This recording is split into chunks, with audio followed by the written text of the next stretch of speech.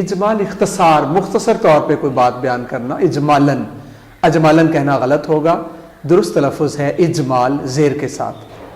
جہاں تک تیسرے لفظ کا تعلق ہے جو کہ عام استعمال ہوتا ہے کنک، گندم، گندم کہتے ہیں ہم، ویٹ، اس کا صحیح تلفظ ہے گندم، دال کے اوپر پیش ہے، اس کو گندم پڑھنا صحیح ہے۔ اور آج کے ہمارے جو انگلش کے 3 الفاظ ہیں وہ کیا ہوں گے؟ 3 الفاظ کا جو ہے آپ نے کہا ہے، میں وہ بولتا چلتا ہوں۔ پہلا لفظ ہمارا جو ہم اردو میں رسید کہتے ہیں، اس کو انگلش میں RECEIPT،